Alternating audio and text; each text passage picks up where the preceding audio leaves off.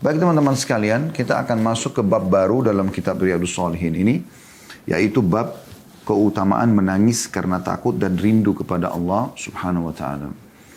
Bab ini memang bab yang cukup tinggi dalam bahasan tazkiyatun nafs atau pensucian jiwa. Seseorang tidak akan mungkin meneteskan air mata menangis kepada Tuhannya kecuali memang dia sudah sampai pada level iman tertentu. Atau Allah Subhanahu wa taala sentuhkan dalam hatinya itu. Misal dia rindu ingin bertemu dengan Allah Subhanahu wa taala karena selalunya ibadah, maka Allah tanamkan di dalam hatinya. Dia rindu ingin masuk ke dalam surga karena seringnya dia membaca tentang surga dan juga dia menginginkan surga itu. Nah, sehingga dia menginginkan surga tersebut.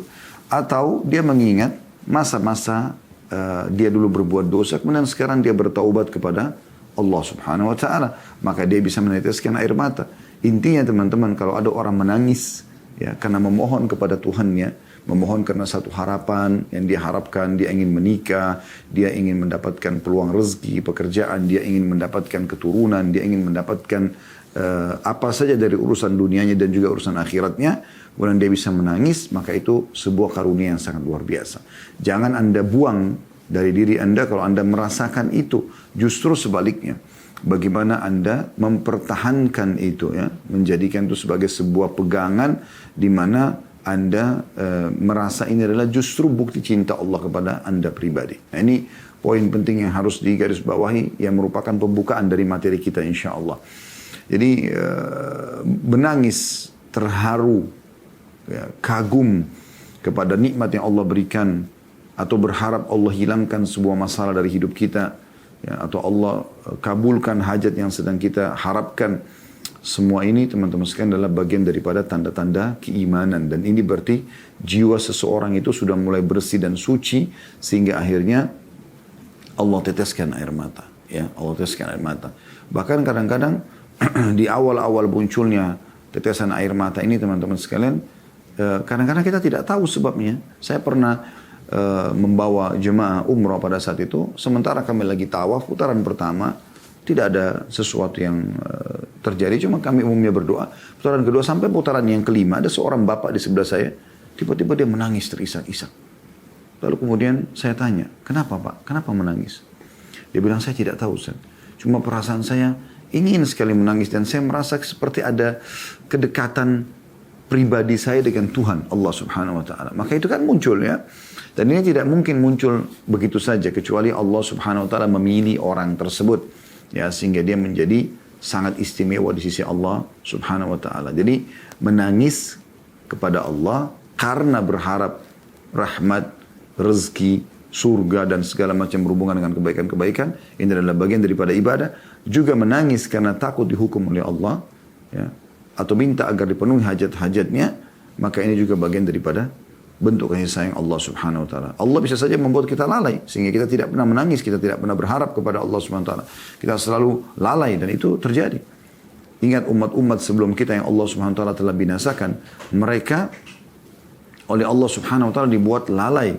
Kaum 'Ad, kaumnya Nabi Hud, kemudian kaumnya Nabi Saleh ya, kaum Thamud, kaumnya Nabi Shu'aib, kaumnya Nabi Lut dan kaum-kaum Nabi yang lain. Allah Subhanahu wa taala pada saat akan membinasakan mereka dan Allah sudah lebih tahu tentang keberadaan mereka, mereka tidak mau lagi beriman, maka Allah buat mereka lalai. Makin dibuat badan mereka subur, mereka makin gembira dalam beberapa hari sebelum siksaan tersebut karena mereka masih dalam kemaksiatan, akhirnya Allah binasakan mereka. Wa na'udzubillah di atas kesalahan mereka itu.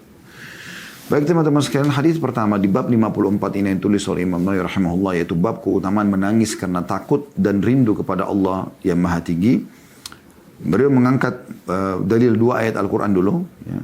Allah SWT berfirman dalam surah Al-Isra ayat 109, A'udzu billahi minasyaitonir rajim, wa yakhiruna lil azqani yabkuna wa yaziduhum khushu'a.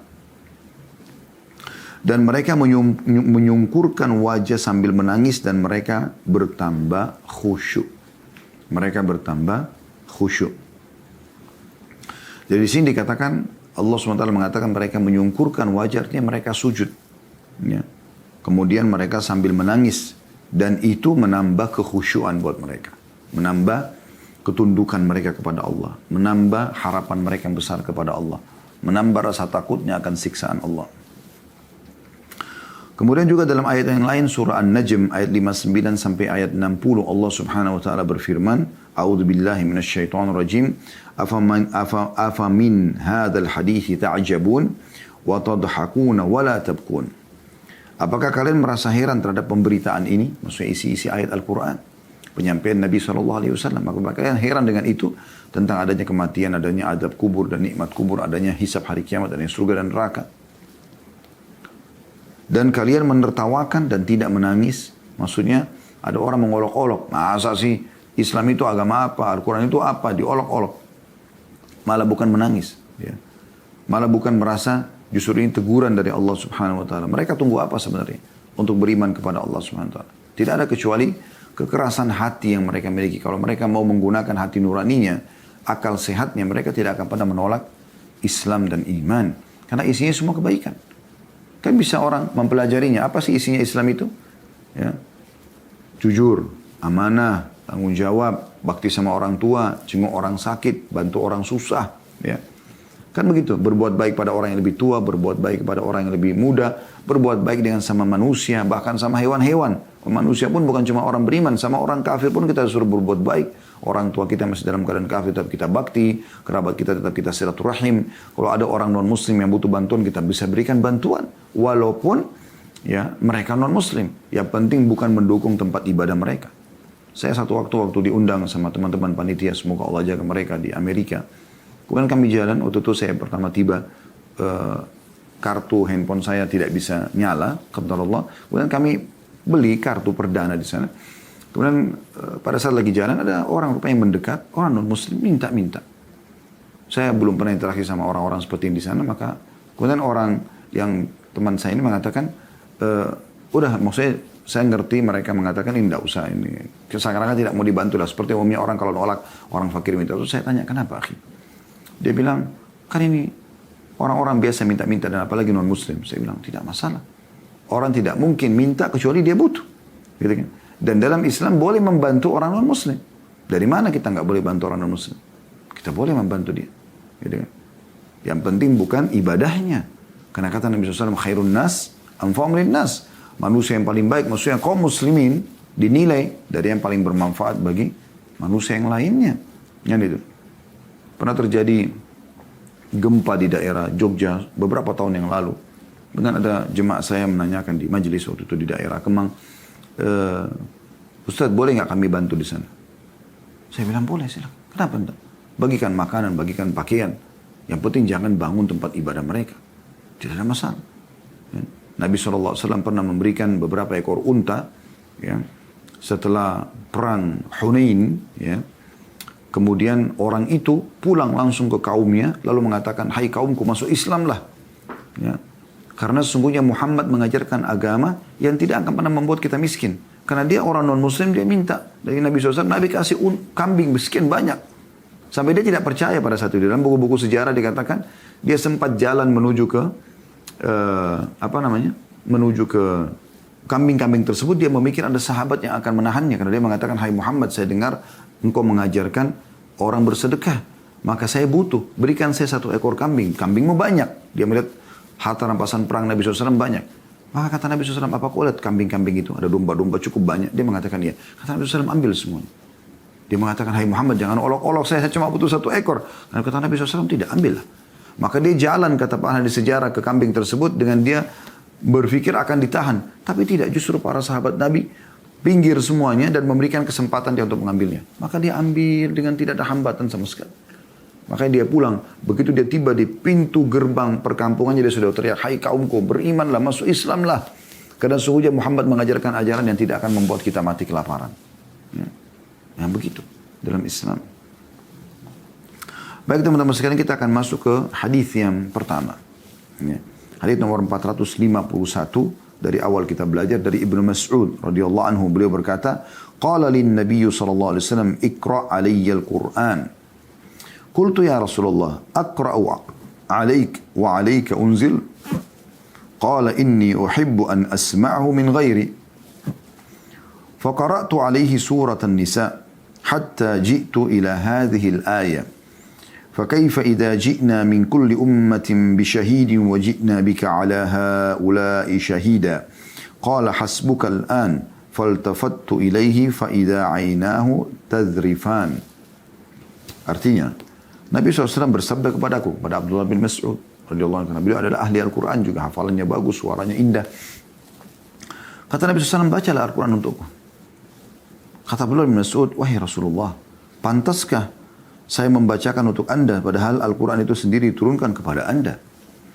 Kata Nabi SAW, sesungguhnya saya suka mendengarkan dari orang lain. Saya ingin dengar coba dari orang lain. Maka kata Abdullah bin Mas'ud, saya pun membacakan kepada beliau surah An-Nisa.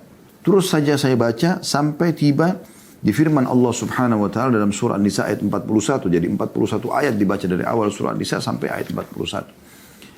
Dan artinya ayat ini, ayat 41 surah An-Nisa, maka bagaimanakah keadaan orang-orang kafir nanti, hai Muhammad, di hari kiamat, apabila kami mendatangkan seorang saksi, Rasul, maksudnya engkau, hai Muhammad, ya, serta kami akan datangkan Rasul dari setiap umat dan kami datangkan engkau, hai Muhammad, sebagai saksi atas mereka. Maka beliau SAW bersabda, cukuplah bagimu sekarang. Maksudnya berhenti sampai sekarang baca. Sudah cukup bacaannya. Maka beliau Rasul mengatakan, saya pun menoleh kepada beliau dan saya melihat kedua mata beliau mengucurkan air mata. Hadits ini riwayat Bukhari dan Muslim. Hadits ini teman-teman memberikan pelajaran kepada kita sesuai dengan judul babnya, yaitu menangis karena Allah Subhanahu wa taala, ya. Bagaimana baginda Nabi SAW, walaupun Al-Quran turun pada beliau juga tersentuh dan menangis, ya. Terutama di ayat ini, ayat yang sangat menyentuh, yaitu ayat tentang bagaimana Nabi SAW pada hari kiamat akan didatangkan nanti bersama dengan kita umatnya untuk memberikan kesaksian kepada umat-umat yang mengingkari, ya, apa yang disampaikan oleh nabi-nabi mereka. Contoh misalnya dalam sebuah riwayat dikatakan akan didatangkan Nuh hari kiamat nanti. Kemudian ditanyakan kepada umatnya, apakah orang ini pernah menyampaikan kepada kalian tentang risalah langit, risalah wahyu dariku? Kata Allah SWT, maka mereka mengatakan kami tidak pernah mengenal dan tidak pernah tahu apa yang dia sampaikan. Ini semua kebohongan tentunya. Allah SWT sudah tahu. Lalu apa yang terjadi? Kata Nabi SAW, Allah pun mendatangkan kalian, umat Islam ini, untuk memberikan kesaksian. Ya. Maka kalian pun memberikan kesaksian, maka mereka pun akhirnya tidak bisa lagi memungkiri. Karena kita akan mengatakan, betul ya Allah, sesungguhnya engkau telah turunkan dalam Al-Quran, ada surah Nuh, ada surah Al-Anbiya, menceritakan, banyak surah-surah Al-Quran menceritakan tentang nabi-nabi, di antara Nabi Nuh AS. Sehingga mereka tidak bisa memungkiri, karena sekian miliar orang memberikan kesaksian semuanya. Nah ini yang dimaksud. Nabi SAW tersentuh itu menangis karena bagaimana nikmatnya Allah yang sangat besar kepada beliau SAW. Beliau selain penutup para nabi dan rasul, umatnya mayoritas yang akan masuk menjadi penghuni surga. Dan juga beliau satu-satunya nabi yang diutus untuk seluruh alam semesta. Sementara nabi-nabi dan rasul sebelumnya diutus untuk kaumnya saja. Ya. Pelajaran pertama yang kita bisa ambil dari hadits ini adalah bagaimana bolehnya seseorang atau dianjurkannya seseorang itu mendengar Al-Quran walaupun dia sudah menghafalnya. Walaupun dia sudah sering membacanya. Tapi dia mendengar dari orang lain. Saran kami, teman-teman sekalian, usahakan bagi orang Indonesia, orang Melayu misalnya, mereka dengar Al-Quran dengan terjemahannya. Anda yang teman-teman kita di Eropa, ya, dengan berbagai macam bahasa, ada bahasa Inggris, ada bahasa Perancis, ada bahasa Itali. Semua bahasa-bahasa ini usahakan dengar Al-Quran dengan terjemahan itu. Ya, kalau Anda orang Indonesia yang mengerti ceramah kami ini, Anda kalau mau mendakwahi orang-orang di Perancis, di Inggris, di mana saja, pakai bahasa mereka. Cari aplikasi Al-Quran yang punya terjemahan. Sekarang sudah tidak asing lagi, tentu banyak sekali. Anda bisa ambil potongan-potongan surah pendek, kemudian Anda kirimkan kepada mereka, share di grup, dengarkan teman-teman di kantor, ya. Anda jadilah sebagai da'i Allah SWT, wahai kaum muslimin, terutama yang dari Indonesia yang mengerti ceramah ini. Anda sampaikan. Anda berada di Afrika, Anda berada di mana saja, ya. Di Jepang, di Korea, di Cina, Anda pakai bahasa-bahasa mereka. Dan jangan pernah berpikir teman-teman, dakwah itu adalah penerimaan. Tidak teman-teman sekalian. Dakwah itu penyampaian. Bukan tugas kita dia terima atau tidak. Tugas kita hanya menyampaikan. Ya. Makanya Nabi SAW diingatkan oleh Allah SWT masalah itu. Tugasnya hanya balak, menyampaikan saja. Selebihnya bukan urusan Nabi SAW, urusan Allah Subhanahu Wa Taala. Banyak orang subhanallah tersentuh dengan Islam hanya dengan sebuah ayat, hanya dengan sebuah kisah, hanya dengan sikap kaum muslimin. Ya. Banyak sekali dan sudah sering kami sampaikan masalah itu. Ada pernah orang mau masuk Islam ya, dari agama Katolik di kota Makassar. Itu gara-gara dia melihat ada dua orang sahabat saya dari Saudi waktu itu. Beliau berdua ini menjadi dosen di Makassar waktu itu selama 4 tahun. Terus tiba-tiba salah satunya telepon saya mengatakan, Khalid coba datang ke saya. Kemudian saya datang. Kemudian waktu itu dia bilang, ini ada yang mau masuk Islam. Saya bilang, baik, mana orangnya? Saya ketemulah. Nanti orang itu pakai motor, dia sales obat gitu. Lalu saya tanya, Bapak masuk Islam? Dia bilang, iya. Kenapa Pak? Apa sebabnya? Coba bayangkan, dia cuma mengatakan apa teman-teman sekalian. Dia bilang, saya kagum melihat kenapa dua orang Arab ini setiap azan selalu ke masjid. Apa yang memotivasi mereka untuk ke sana? Waktu saya tanya, karena mereka juga bisa bahasa Indonesia, tapi walaupun terbata-bata, mereka mengatakan, karena ini perintah Allah. Begitu mulianya agama ini sampai bisa dengan panggilan azan saja, mereka patuh kepada Tuhannya. Gara-gara itu dia mau masuk Islam. Mungkin tidak pernah terlintas di benak kita. Gitu kan? Ada orang masuk Islam juga, pernah syahadat di tangan kami. Itu hanya karena setiap mendengarkan azan dia merinding. Dan seterusnya sekian banyak orang masuk Islam yang kadang-kadang kalau kami tanyakan cerita-ceritanya itu unik gitu ya. Ya mungkin kita orang Islam setiap saat atau kadang-kadang sering kita dengarkan tapi kita tidak seberapa tersentuh. Seperti cukup banyak masuk Islam gara-gara surah Al-Ikhlas. 4 ayat yang mulia. Ya. A'udzubillahi minasyaitonir rajim. Bismillahirrahmanirrahim. Qul huwallahu ahad. Ikrarkanlah kalau Allah itu adalah Ahad, Esa. Allahus Samad. Allah yang semua bergantung padanya. Lam yalid wa lam yulad, tidak berat dan tidak diperanakkan, tidak ada orang tuanya. Kalau ada orang tua Allah, siapa kakek neneknya dan seterusnya ke atas. Dan tidak beranak juga. Kalau ada keturunannya, ada keturunan Allah, mana keturunannya sampai sekarang? Kenapa terputus? Walam yakul lahu kufuwan ahad, dan dia ya, tidak pernah butuh pada siapapun. Itu sifat kausalitas Allah. Ya, Allah SWT sebagai pencipta ya, sangat luar biasa, sempurna dan jauh berbeda dengan makhluknya. Jadi jangan pernah ragu dengan masalah itu. Perdengarkan Al-Quran teman-teman sekalian. Anda sudah punya perangkatnya Al-Quran. Tinggal Anda mendengarkan saja. Teman-teman di Amerika lakukan ini. Karena Anda kemarin pada saat sedang terjadi permasalahan-permasalahan cukup banyak saya temukan. Bahkan di Eropa juga begitu. Hanya dipasanglah wasiat-wasiat Nabi Muhammad SAW dalam bahasa-bahasa setempat. Ya, itu menandakan memang mereka butuh ya wasiat-wasiat atau nasihat-nasihat yang baik, yang positif, gitu kan. Dan itu mereka ambil juga dari kaum muslimin. Dan kita punya masa-masa kejayaan yang luar biasa di masa lampau, teman-teman sekalian. Bagaimana Eropa itu ya, dan Amerika ikut sebenarnya kepada kaum muslimin. Ya. Terlalu banyak sejarah membuktikan masalah itu. Ya. Bagaimana umat Islam dulu berjaya dan banyak di antara wilayah-wilayah non-muslim justru mencontohi kaum muslimin. Ya. Kita sekitar 90 tahun sekian tahun saja, 90 sekian tahun saja yang kita tidak memimpin dunia. Ya, sekarang banyak generasi muda Islam hilang kepercayaan dirinya terhadap agamanya sendiri. Seakan-akan tidak mungkin kita maju kecuali kita harus belajar dari orang non-muslim. Kita nggak punya itu. Keliru teman-teman sekalian. Di masa kelamnya Eropa dulu, ya, Islam sudah datang dan menjadi contoh yang terbaik. Ya, sampai banyak pakar-pakar pakar ilmuwan ya, atau para ilmuwan yang mengatakan kalau Islam tidak masuk di Eropa di pertengahan abad Masehi, yaitu pada masa kejayaan di Spanyol ya, kita terus itu masa-masa ilmu pengetahuan berkembang, maka mungkin Eropa tidak akan semaju sekarang. Dan sekian banyak berhubungan dengan masalah ini, Anda bisa tonton ceramah kami di YouTube, di playlist, yaitu Hiduplah Muda dengan Islam, panjang lebar kami berikan contoh-contoh berhubungan dengan masalah itu.